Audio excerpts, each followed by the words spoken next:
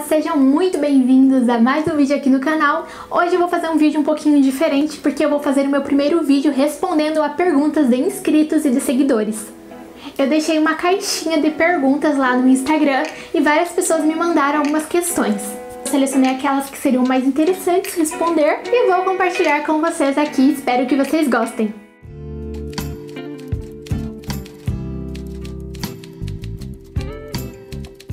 Flutuando pela mente, perguntou o seguinte: se pudesse viver a história de um livro, qual você escolheria? Bem, essa pergunta eu acho bem difícil porque, na verdade, eu não leio muitos livros que têm esse universo paralelo.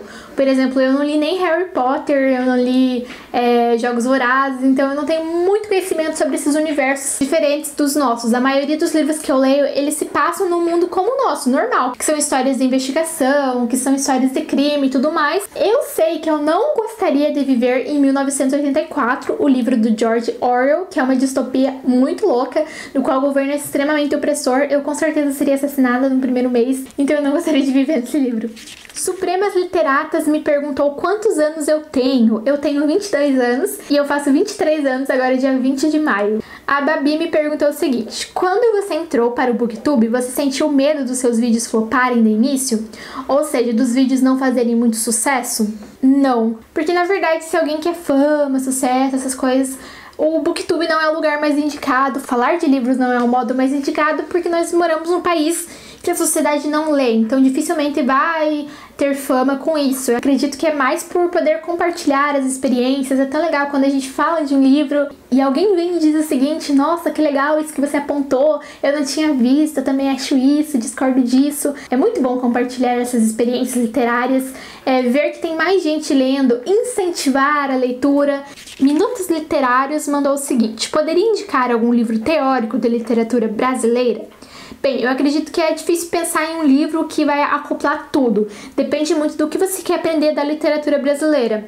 Por exemplo, você pode buscar por manuais de resumo dos momentos da literatura brasileira mais importantes, como esse aqui, que é a Introdução à Literatura Brasileira, de José Luiz Jobim e Roberto Acizelo de Souza, que ele vai trazer várias questões de vestibulares, de concursos e tudo mais, e vai fazer um resumo de cada momento, de autores principais, e vai deixar indicações de leitura deles, para você procurar mais sobre cada momento e se aprofundando de acordo com aquilo que te interessa. O mais usado no meio acadêmico, eu acredito que seja esse aqui, História Concisa da Literatura Brasileira, que é do Alfredo Bozzi, um dos autores, dos teóricos mais importantes do Brasil, e eu acredito que seja bem relevante, mas é claro, pelo tamanho dele, como vocês podem ver, não é um livro que você vai ler inteiro, é mais um livro para consulta.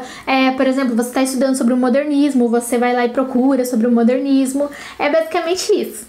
E também tem vários artigos acadêmicos que você pode procurar no Google Acadêmico. Você vai lá, digita o tema, ou o autor, ou o período que você quer saber sobre, e vão aparecer vários artigos publicados em revista por pesquisadores, sejam eles mestrandos ou doutorandos ou com doutorado. É sempre muito interessante ler o que teóricos estão dizendo sobre aquilo que nós estamos lendo. E também, se você quer aprender literatura de uma maneira descontraída, tem esse livrinho aqui que é muito legal. Ele vai trazer várias fofocas da literatura brasileira, várias curiosidades. Eu achei bem interessante. É a história bizarra da literatura brasileira, que é do Marcel Verrumo, que, se eu não me engano, é um jornalista. Bom, próxima pergunta.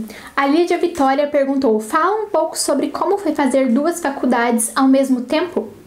Bem, eu acho que no meu caso não foi algo de outro mundo, não foi algo complicado. Por quê? Porque, pra quem não sabe, eu fiz duas faculdades de letras. Uma foi de letras português e literatura e outra foi de letras português e inglês. Por quê? Porque eu estava cursando letras português e literatura, eu estava indo para o segundo ano quando eu, sei lá, tive uma ideia mirabolante de que eu queria muito fazer letras em inglês também. Mas, como eu estava cursando ainda português, eu não consegui eliminar português. E na segunda faculdade era português e inglês obrigatório, então eu tive que fazer 2 vezes português. O que mudava mesmo era o inglês, que eu só tinha em uma. Foi um pouco corrido, porque eu tinha que fazer atividades diferentes nas duas faculdades, muitas tarefas, muitas leituras. Eu gostei bastante dessas duas graduações que eu fiz. Foi loucura também, né? Mas coisas de estudante. A Babi deixou mais uma pergunta, que é o seguinte: por que você decidiu cursar letras na faculdade? Manda um beijo. Beijo, Babi! Bem, eu resolvi cursar letras porque eu gostava muito de escrever, gostava de ler também.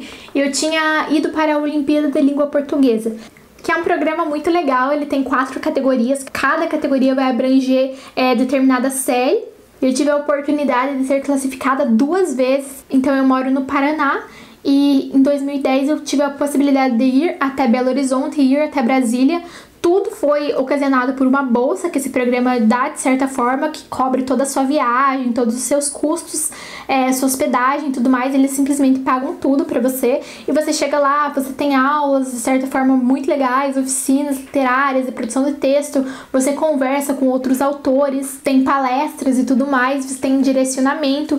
E nisso já comecei a conhecer melhor esse universo das letras. Em 2014, quando eu estava no meu último ano do ensino médio, eu fui classificada de novo. E aí eu já tive uma base literária bem legal. E aí também me perguntaram como que pronuncia o meu sobrenome. É Leskizinski, sempre tem essa pergunta, incrível. A minha amiga Eduarda, lá do Quimera Literária, perguntou o seguinte: pretende seguir e aprofundar a sua linha de pesquisa no doutorado?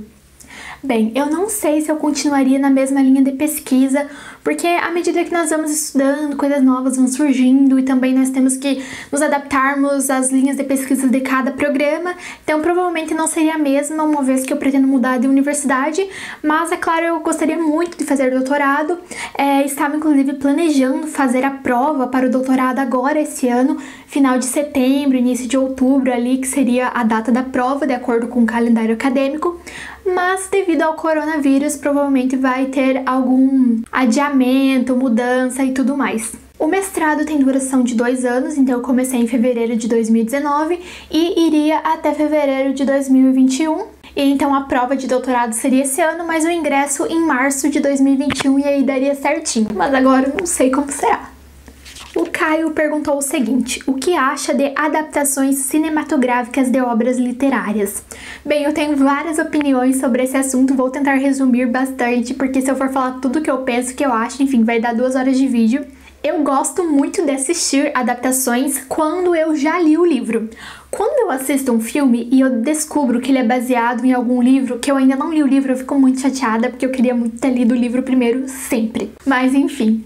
Eu sou muito contra as pessoas que fazem críticas extremamente duras a todos os tipos de adaptações cinematográficas, porque eu acho que dificilmente um filme vai reproduzir exatamente aquele universo, os personagens, todo aquele contexto que você imaginou durante a sua leitura. Quando o filme faz isso é magnífico, mas na maioria das vezes não faz e nós temos que aceitar. Porque os nossos horizontes de conhecimento são outros, nossas experiências são outras, então dificilmente nós, os diretores do filme, os roteiristas e tudo mais, vamos ter todos os mesmos olhares sobre o livro. Mas eu acredito que algumas coisas têm que seguir ali algumas regras. Por exemplo, eu fico muito indignada quando no livro a personagem está descrita como, sei lá, morena, de cabelos compridos, baixinha, de olhos verdes.